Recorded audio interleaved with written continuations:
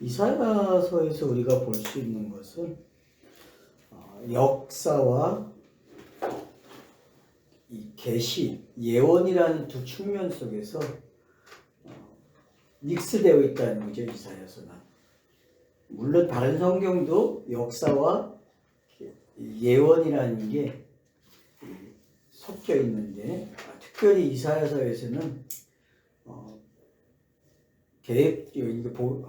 현대 성경을 쓰고 있는 시브리 성경 외에 다나크 성경 외에 사용하고 있는 사람들이 보고 있는 이제 역사적 흔히 이제 성경 나누는 거를 모세오경, 역사서, 선지서, 시가서 이렇게 나누고 있는데 특별히 이제 역사서를 보는 사람들에게 있어서 이사야서는 역사로만 볼 것이 아니라 그 안에는 메시지가 있다, 선지자의 메시지가 있다라고 하는 것을 교육시키는 그런 장면이 이사야서라고 보시면 됩니다. 그래서 선지서는 역사를 재해석해 주는 거거든요. 그러니까 사람들이 이야기하는 그 역사 안에 계시가 주어졌고 그 계시 속에는 분명히 사건이 일어났는데 그 사건화된 것이 역사고 그 역사로 마무리되는 것이 아니라 하나님의 뜻이 완료되는 대로 가고 있는 역사라는 거죠.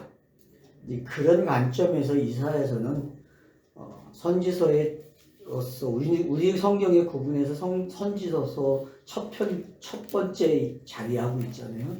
그런 면에서 봤을 때 이사야서는 역사를 좀 다르게 볼 수 있는, 그러니까 역사와 계시는 같다, 아니 역사와 예언은 같다라고 볼 수 있는 거죠.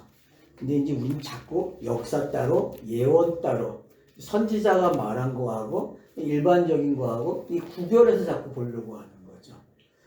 이제 하나님의 주권이라는 단어를 쓰면서도 교회가 이제 일상 돌아가는 이사야서에서 돌아가고 있는 이야기, 예를 들면 열왕기 상하 같은 거를 읽을 때에 우리가 그냥 성경을 읽으면은 어때요?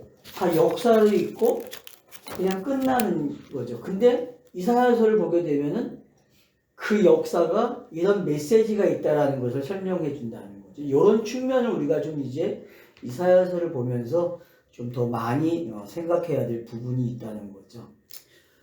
그렇기 때문에 우리가 그 역사와 계시가 맞물려 가는 게 뭔지. 그래서 이사야서는 1장에서 39장까지가 역사와 계시가 맞물려 가고 있거든요. 그러나 40장부터는 완전히 뭐예요? 이건 그냥 계시만 있거든요. 역사 부분이 없어요. 40장부터 66장까지는.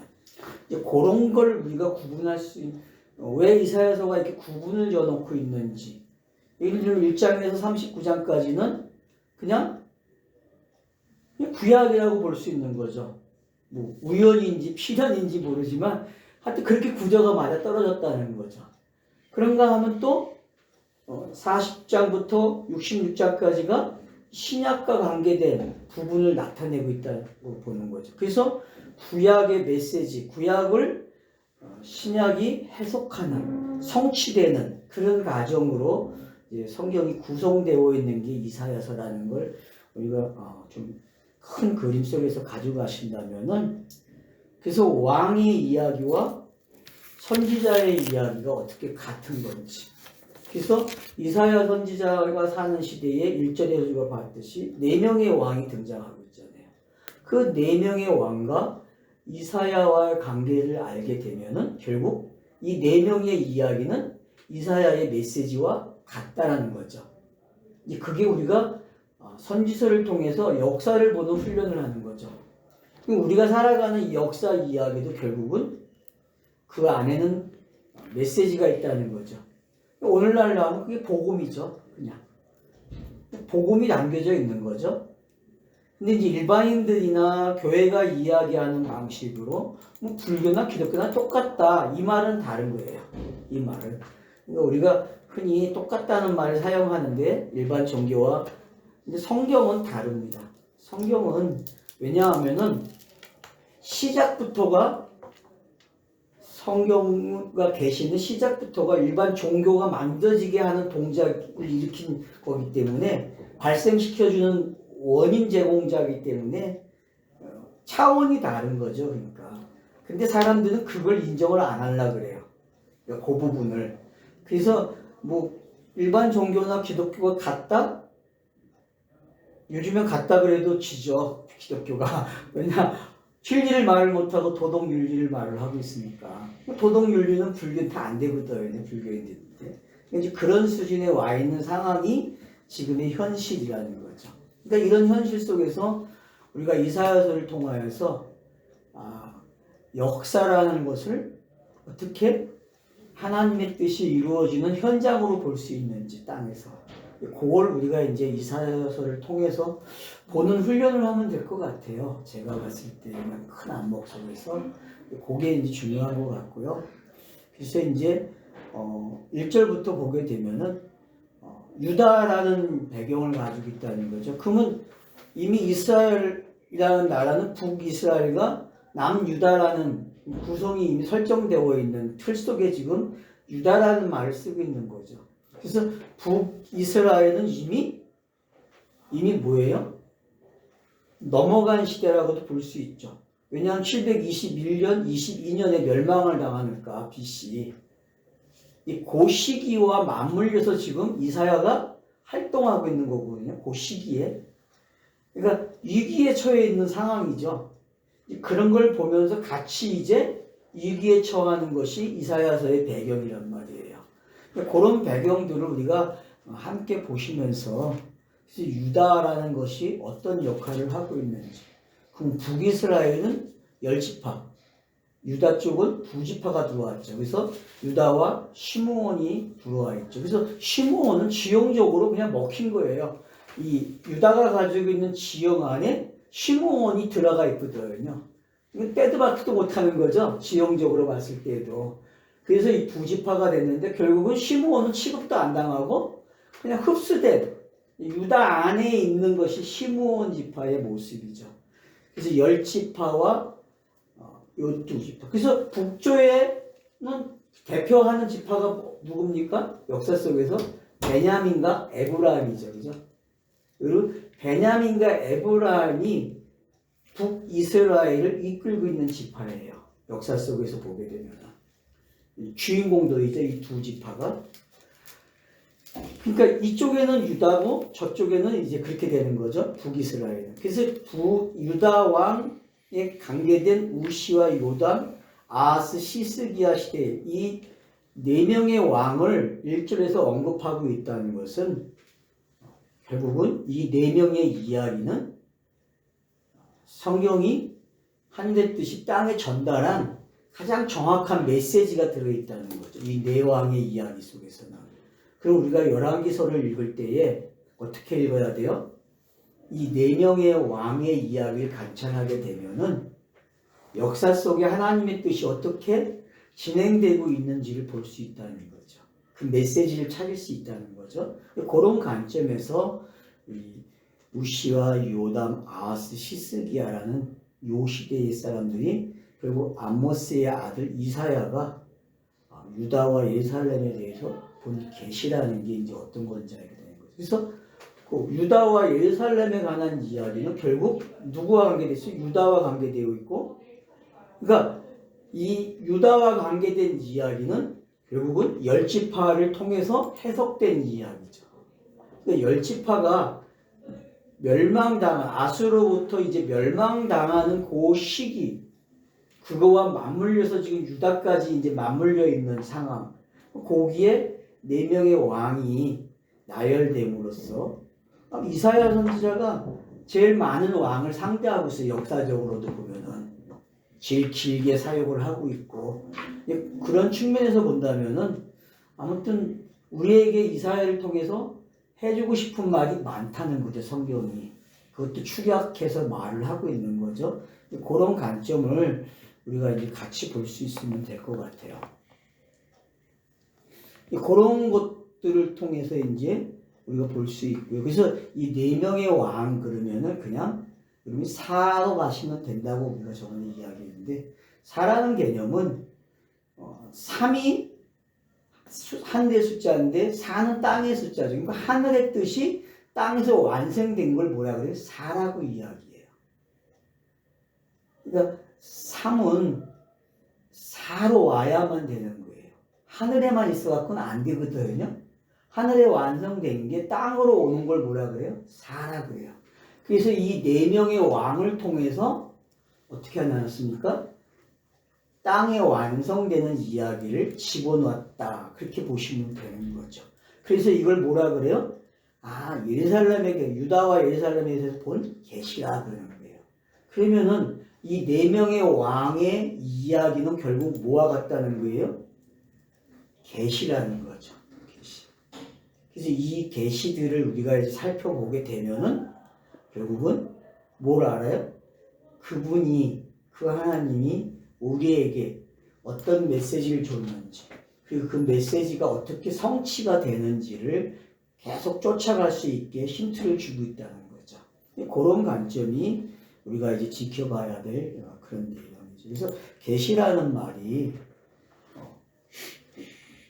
하늘의 뜻을 그냥 전달되는 신지식의 전달 체계잖아요. 그죠?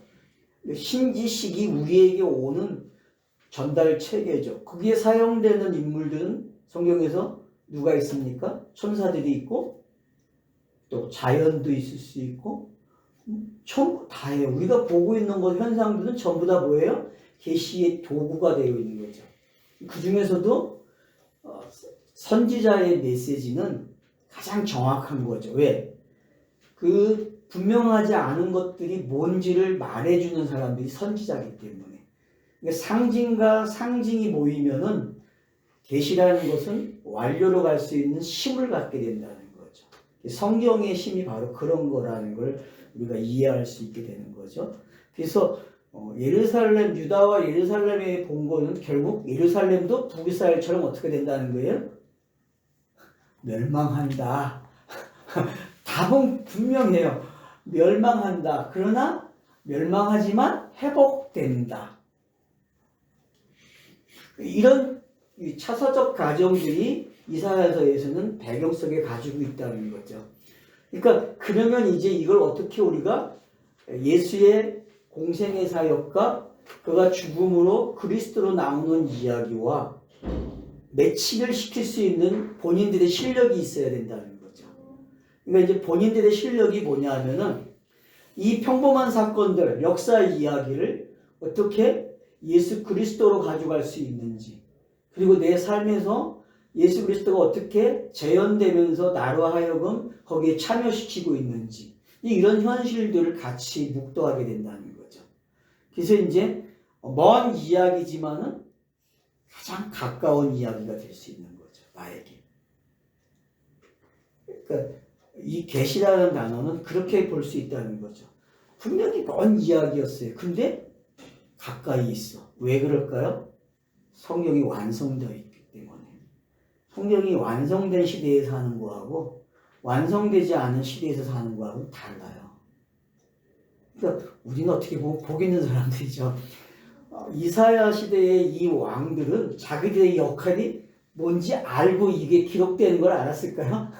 기록된다는 걸.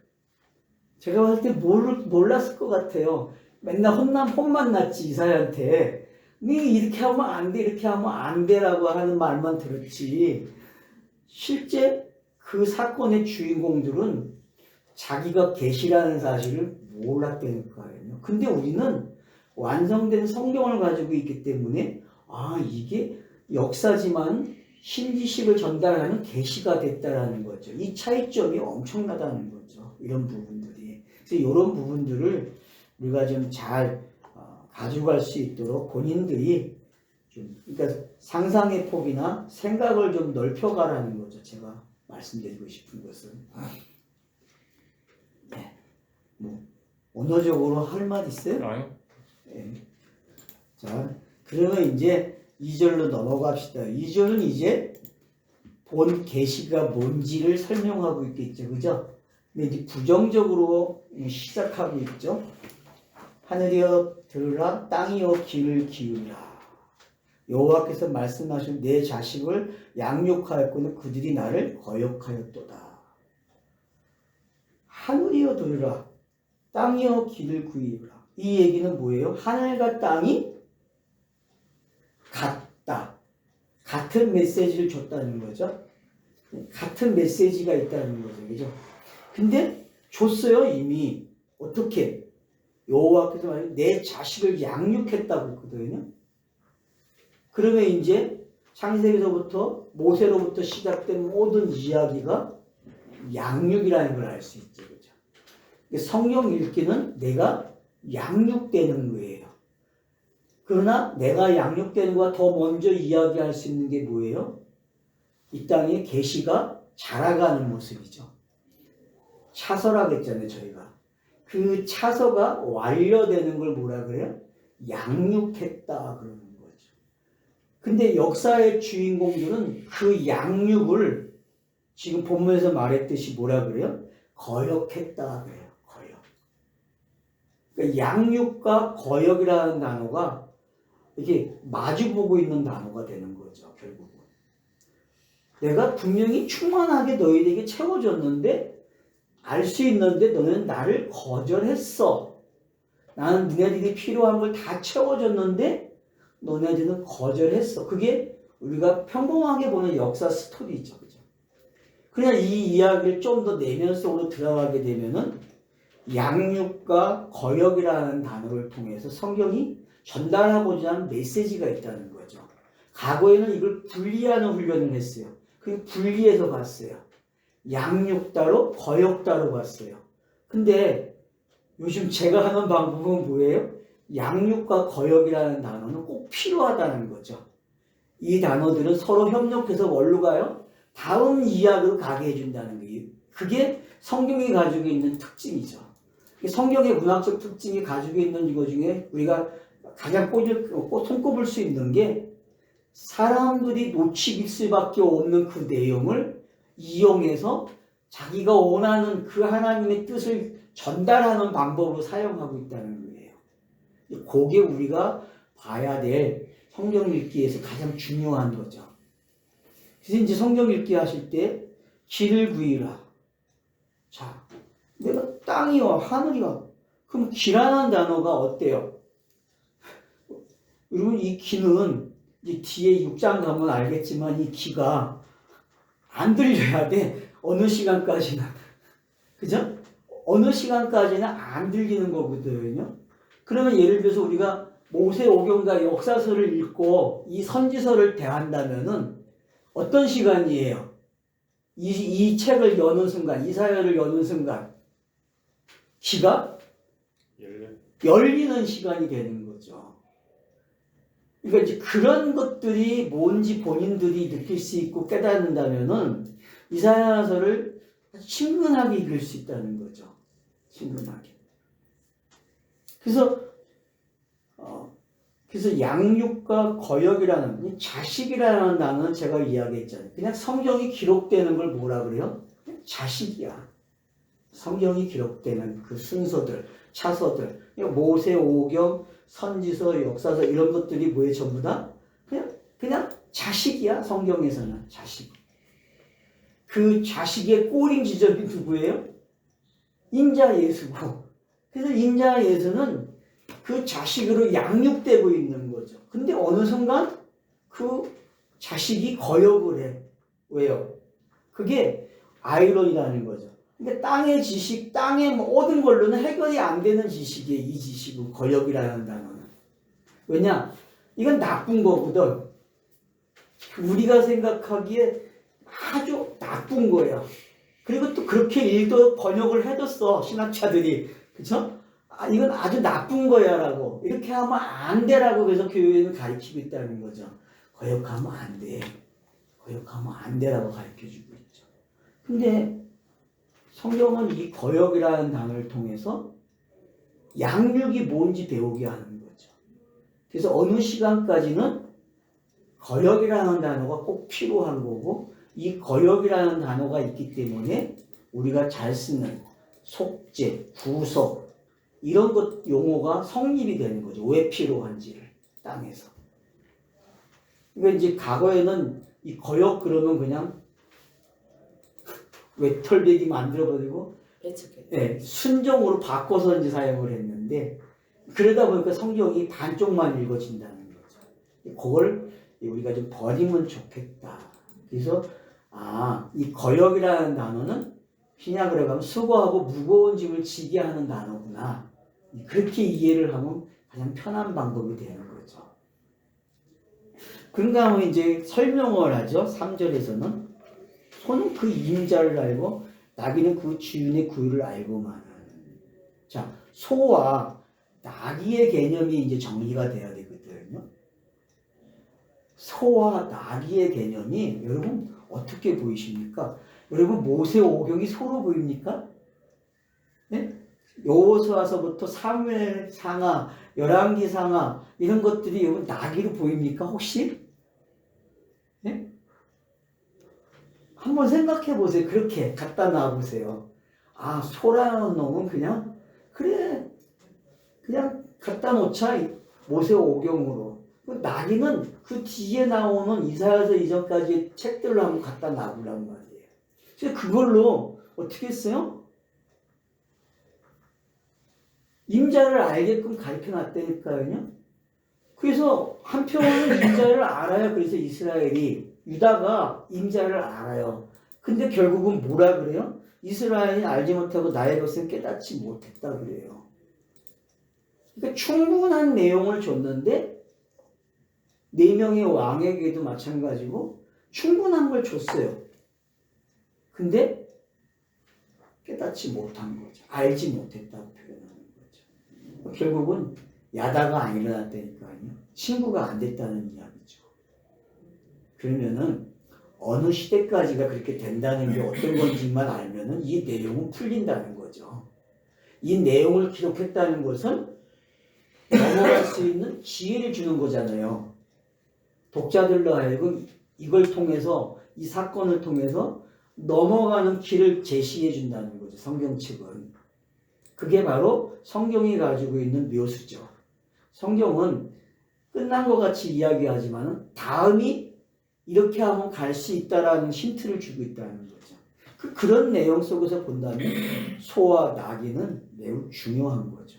그래서 이 소라는 개념은 우리가 알지만 결국 어디로 갑니까? 왕의 개념, 머리의 개념으로 간단 말이에요. 신의 개념까지 가잖아요, 소는. 그러나 나귀의 개념은 어때요? 신의 개념에서 땅으로 와서 일하는 거잖아요. 일하는 나귀예요. 그래서 예수가 나귀 타는 이유도 있는 거예요.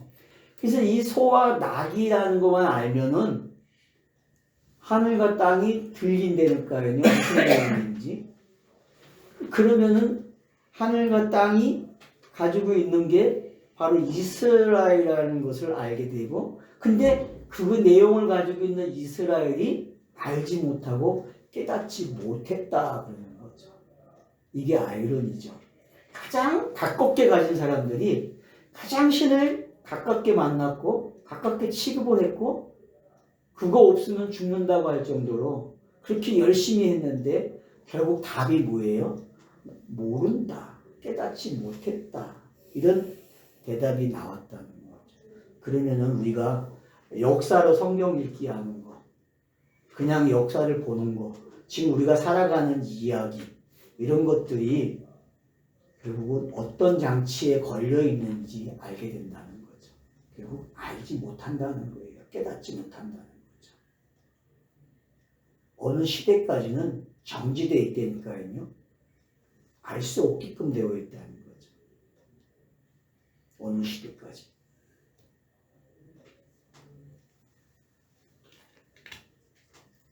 그래서 예를 들어서 그냥 동물적인 차원에서 봐도 동물은 진짜 임자를 알죠. 소는요. 그죠? 소 키워보셨어요?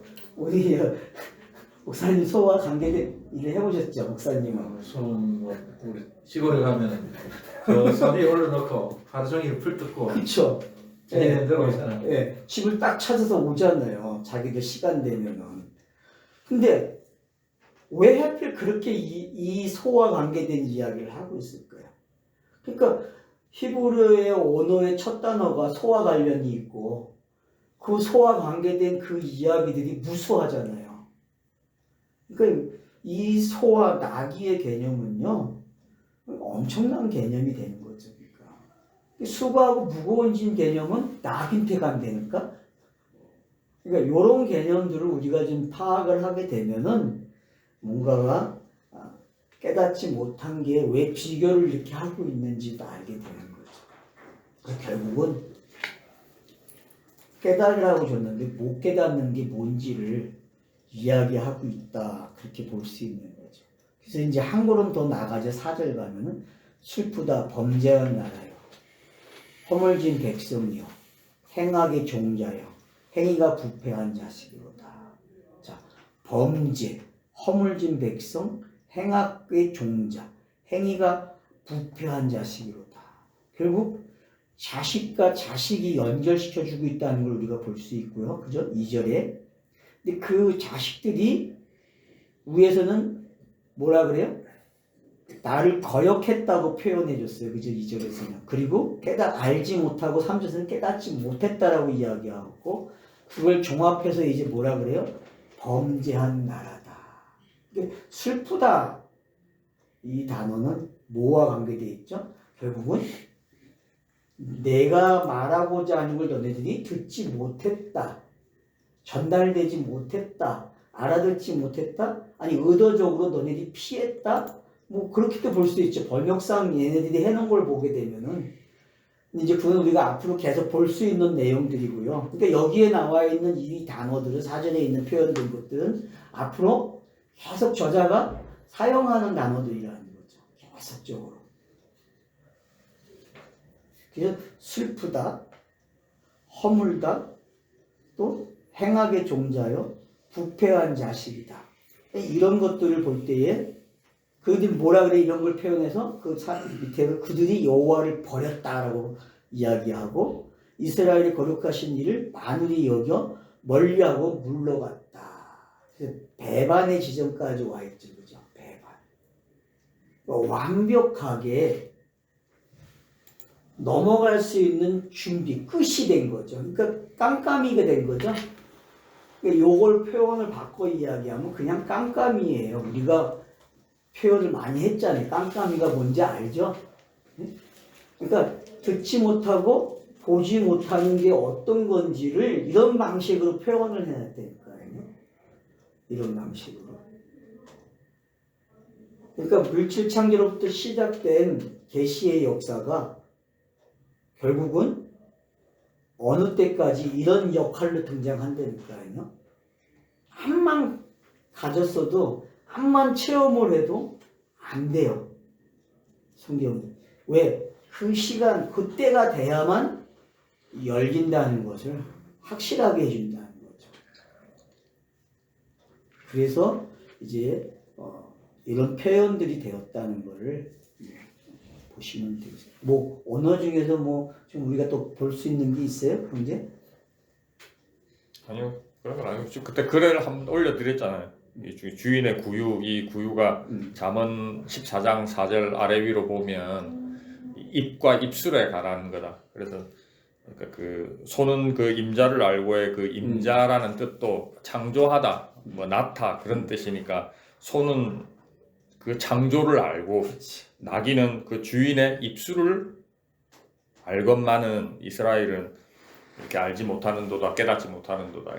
깨닫지 못하는 그 주제가 구유인데 이 구유가 사실은 우리가 알고 있는 그런 그 짐승의 밥으로 온 그런 구유가 아니고 그 짐승이 그 가장 많이 다 있는 구유잖아요. 그래서 그 소가 아니면 그 잠언 14장 제가 다시 바르게 번역하면서 소가 아니면 구유가 깨끗해질 수 없다라고 제가 말씀드렸잖아요. 그러니까 이게 입과 입술에 관한 이야기다. 그래서 앞으로 계속 이사야서 뒤에 보면 계속 나오잖아요. 사실 성경 전체가 뭐 말에 관한 이야기이기도 하지만 특히 입과 입술 말에 관한 이야기가 앞으로 계속 나올 것이다. 선지자의 특징은 뭐예요? 입이죠. 입. 메신저죠. 선지자의 특징. 그리고 그걸 바르게 들은 그치. 사람들이 열매를 내어놓을 수 있는 게 사실은 말로 그렇지. 자신의 입술로 또 내놔야 돼. 예 그게 이제 열매 그래 입술의 열매 이렇게 표현 많이 하죠. 그래서 이제 복음의 시대에는 말과 관계되어 있던 거죠. 로마서 10장이 그걸 강조한다는 게 그러면 이제 좀 줄이 거지죠. 되게 큰 그림들이 그렇게 좀 이해하시면 되겠습니다. 그러니까 이렇게 이해하세요. 계시를 줬는데 결국 어느 시대까지는 깨닫지 못하는 시간이 있다. 이렇게 정리가 되시면 돼요. 그러나 계속 말을 주기 때문에 어떤가? 된다는 거죠. 그게 선지자의 말의 특징이라는 거죠. 그러니까 우리가 신명기에 있는 그 선지자와 관계된 그 내용을 꼭 각인하고 있어야 돼요. 그래서 나와 같은 선지자가 오게 되면은 그 말이 말로 연결돼서 풀려 나오는 거죠. 그래서 마태복음에 5개의 설교가 있는 거예요. 말을 하기 때문에. 말을 하기 때문에. 이제 그럼 좀 보충이 됐죠? 그런 부분들은. 네. 자, 그 다음에 이제 5절 보세요. 너희가 어찌하여 매를 더 맞으려고 폐역을 거듭하느냐. 온 머리는 병기롭고 온 마음은 피곤함이며 발바닥에서 머리까지 성한 것이 없이 상한 것과 터진 것과 서로 맞은 흔적뿐이거늘 그것을 짜며 싸매며 기름으로 부드럽게 함을 받지 못하였도다. 결국은 이렇게 된다는 이야기죠. 이걸 긍정으로 번역하면 어떻게 돼요? 싸매주겠다는 얘기가 되는 거죠. 이제 번역 자체가 부정에다가 되게 강조를 해놨죠. 그러니까 여러분 성경 읽기에는 히브리어를 가지고 놀 때에는 여러분들이 쌍수 개념을 놓치지 않으면 좋겠어요. 그러니까 우리 번역성에서는 전부 부정적인 번역을 많이 활용을 했는데 부정적인 번역에다가 슬그머니 긍정적인 내용을 올려놔두면은 이게 이렇게도 가는 내용이 될 수 있겠다라는 게 힌트가 된다는 거죠. 그러니까 헬라어 히브리어를 못해도 그 기본기만 가지고 있어도 좀 더 도움이 된다는 거죠. 성경 읽기에서는. 그러니까 지금 5절과 6절의 내용은 뭡니까? 구체화됐죠? 그죠? 그러니까 점점 내용이 어떻게 돼요? 구체화되고 있는 거죠. 그러니까 지금 선지서와 역사서, 모세오경의 차이점을 어떻게 이렇게 볼 수 있는 거죠. 역사선, 모세오경은 어때요? 그냥 언판이에요. 그죠? 언판이에요. 근데 역사서는 어때요? 명확하게 사건 속에다가 집어넣어가지고 그거를 해석을 해놨다니까 많이 펼쳐놨어요. 그 펼쳐놓은 내용이 지금 5절과 6절의 내용이죠. 여호수아부터 역대상하까지 여러분이 이렇게 읽으면 된다니까요. 이 모습이에요. 이 모습. 한편으로는. 이게 인자가 짊어져야 될 짐이죠. 이 내용이 인자가 짊어져야 될 짐이 되는 거예요. 인자가.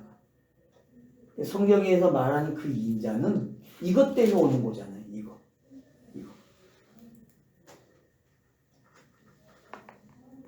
그래서 이거 단어를 이야기하면 볼 게 되게 많을 것 같은데.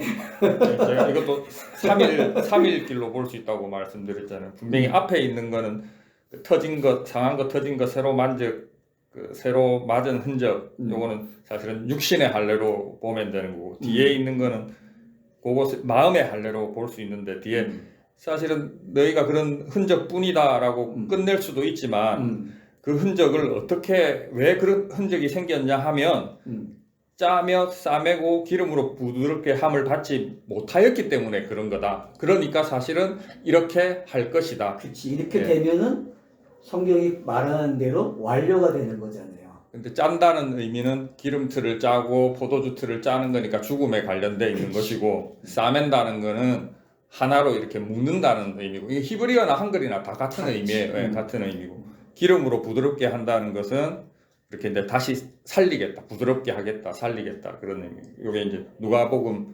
10장 그 34절인가 5절인가 요 비슷한 표현들이. 사마리아, 예. 선한 사마리아.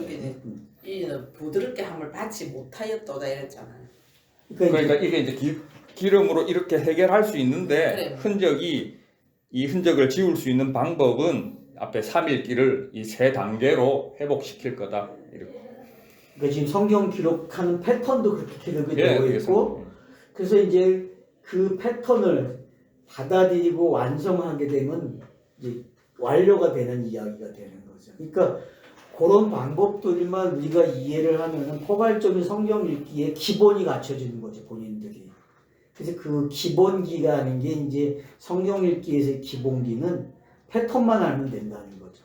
저자들이 기록하는 그 패턴, 메신저들이 우리에게 말을 할 때에 걸어오는 방법들이 패턴이 있다는 거죠. 이제 우리가 분석을 해보니까 계속. 창세기 1장, 네, 1장이죠. 그러니까 저녁이 되며 그치. 아침이 되니라는 이 단어가 저녁이 되며라는 이 단순한 요게 이제 이사야서에서는 뭐 한 절, 두 절이 될 수도 있고 아침이 되며를 또 한 절, 두 절로 표현할 수 있으니까 그 구분해서 잘 왔다 갔다 해야 되겠죠.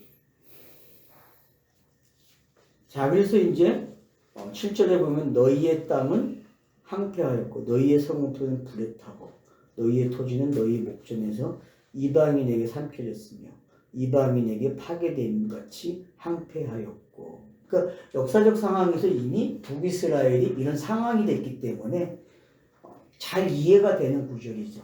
근데 이제 그걸로 멈추면 큰일 난다는 거예요. 여태껏 성경 읽기는 거기서 끝났다는 거죠. 그럼 너희도 이렇게 망한다? 이 정도에서 끝난다는 거죠.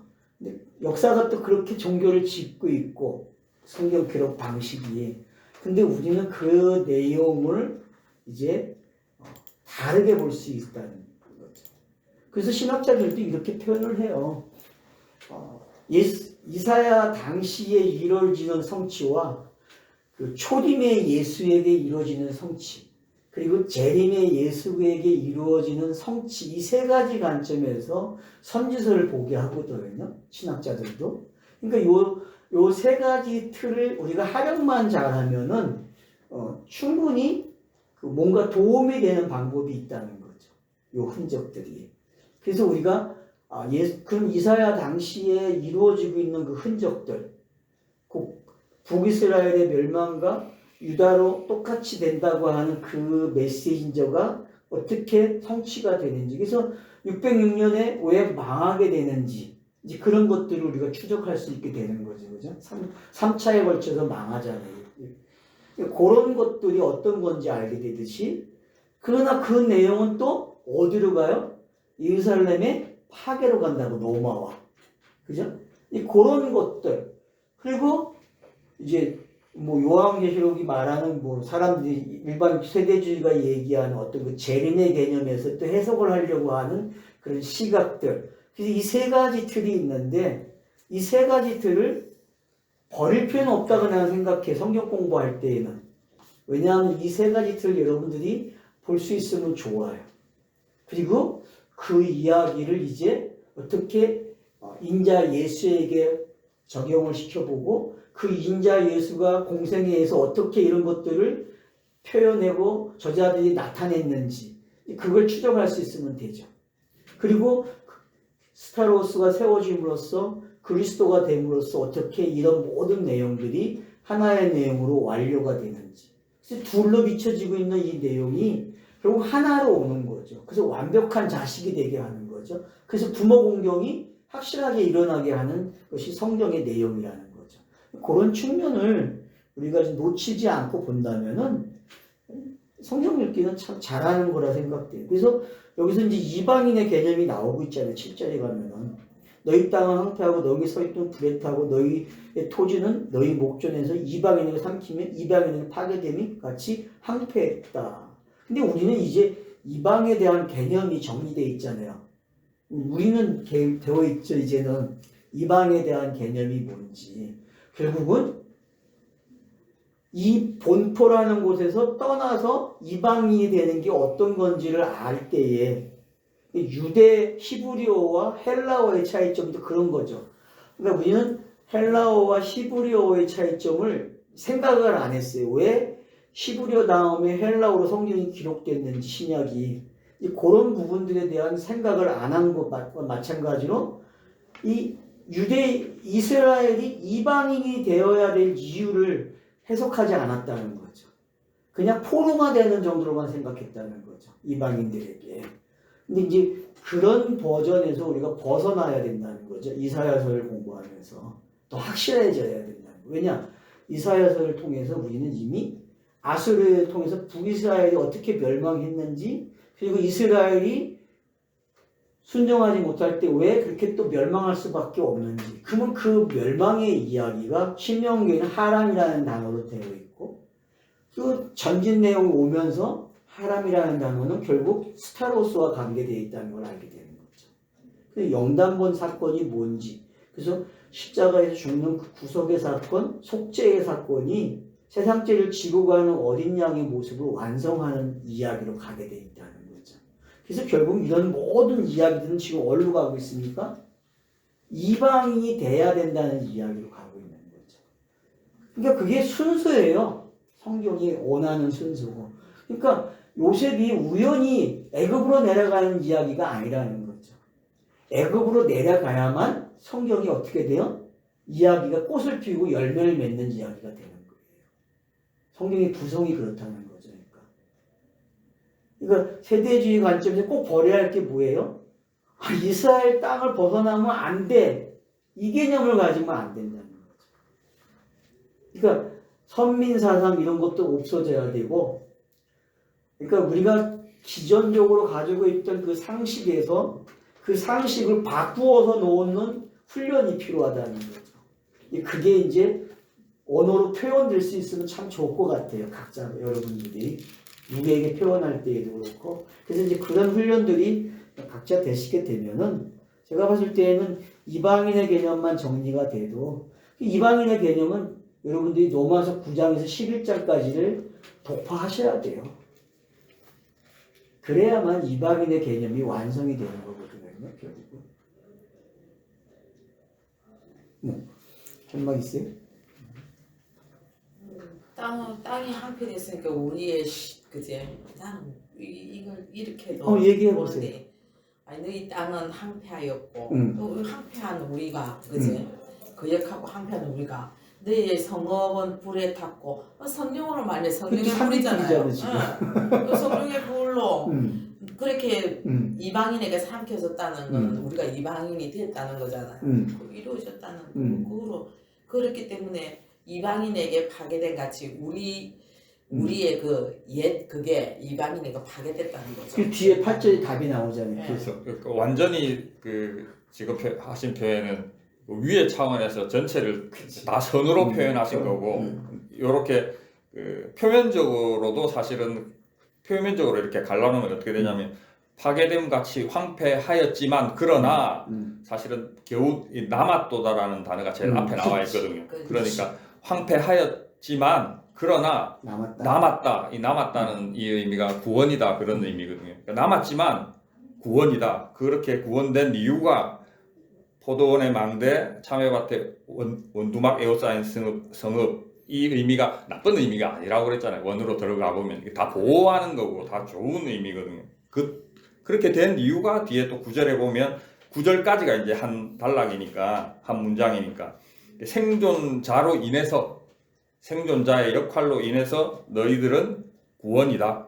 이렇게 사실은 너무 답을 이렇게 내리는 것 같지만 사실은 이게 성경 창세기 1장에 저녁이 되며 아침이 되니라 하는 이 문장을 이렇게 하나는 저녁의 표현, 하나는 아침의 표현, 하나는 저녁의 표현, 이렇게 굉장히 이렇게 순서적으로 나가니까 이게 잘못 읽으면 이 성경 저자가 우울증 걸린 것 같이 금방 좋았다가 틀렸다가 그렇게 보이지만 성악의 개념으로 계속 긍정의 변화가 그렇죠. 폭이 아니 이게 뭐야 이래 해놓고 또 이게 뒤집어서 또 이래 그래서 거기에 함몰되면 안 된다. 그렇게 이제 그렇게 볼 수도 있는 거죠. 목사님.